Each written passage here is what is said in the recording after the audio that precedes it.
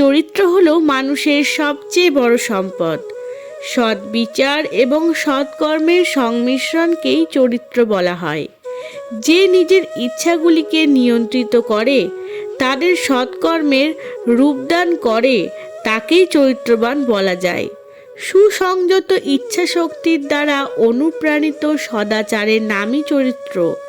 অন্যান্য সমস্ত সম্পত্তি অস্থায়ী, কিন্তু চারিত্রিক সম্পত্তি মানব জীবনের একমাত্র স্থায়ী সম্পদ।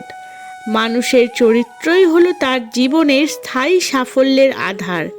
এছাড়া যেমন তেমনভাবে সাফল্য লাভ করলেও তা কখনোই স্থায়ী হয় না।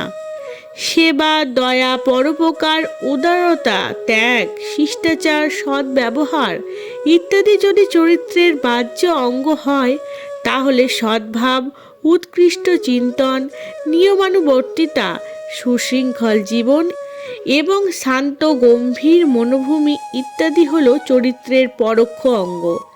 তোমার বিচারধারা, ইচ্ছা, আকাঙ্ক্ষা এবং আচরণ যেমন হবে তারই অনুরূপ তোমার চরিত্র গড়ে উঠবে, এবং তোমার চরিত্র যেমন হবে তোমার জগৎটাও তারই অনুরূপ তৈরি হয়ে যাবে।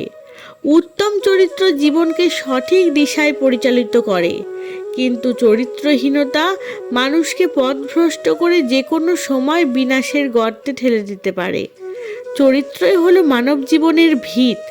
এই ভিত যদি জীর্ণ, জর্জর ও দুর্বল হয়, তাহলে জীবনের দেবালয় বিশ্বাসপূর্বক টিকে থাকতে পারে না। যার চরিত্র অধঃপতিত, যে সমাজে বিশ্বাসের যোগ্য নয়, তাকে প্রতি পদে পদে অসহযোগ, অসহানুভূতির জ্বালা সহ্য করতেই হবে। নিকৃষ্টতম মানুষরাও ওপর থেকে মানুক বা না মানুক, তারা কিন্তু মনে মনে সচ্চরিত্র ব্যক্তির প্রতি এক ধরনের সম্মানের মনোভাবই পোষণ করে এবং তাকে ভয়ও পায়। প্রাচীনকালে আমাদের ভারতবর্ষ বিশ্বগুরু হওয়ার গৌরব অর্জন করতে পেরেছিল।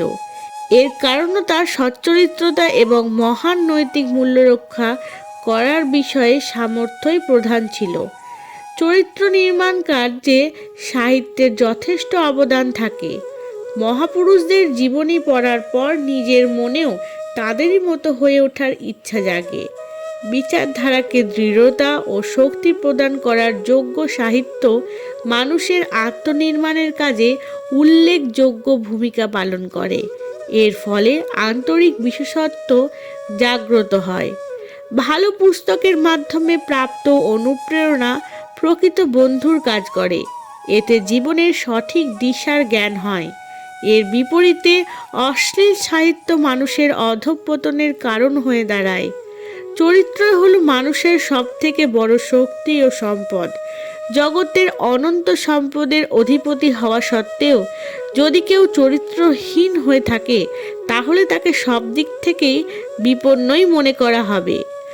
আপাতত দেশের যুবাবৃন্দের উপর এই দায়িত্ব এসে পড়েছে যে দেশের চরিত্রকে ঊর্ধ্বগামী করে তোলার জন্য তারা যেন স্বয়ং নিজের চরিত্রকেও উজ্জ্বল রাখে এবং অপরের চরিত্রও রক্ষা করে। কারণ সৎ চরিত্রের থেকে বড় সম্পদ আর কিচ্ছু নেই, যা আপনার অবর্তমানেও সারা জীবন মানুষ মনে রাখবে। ধন্যবাদ।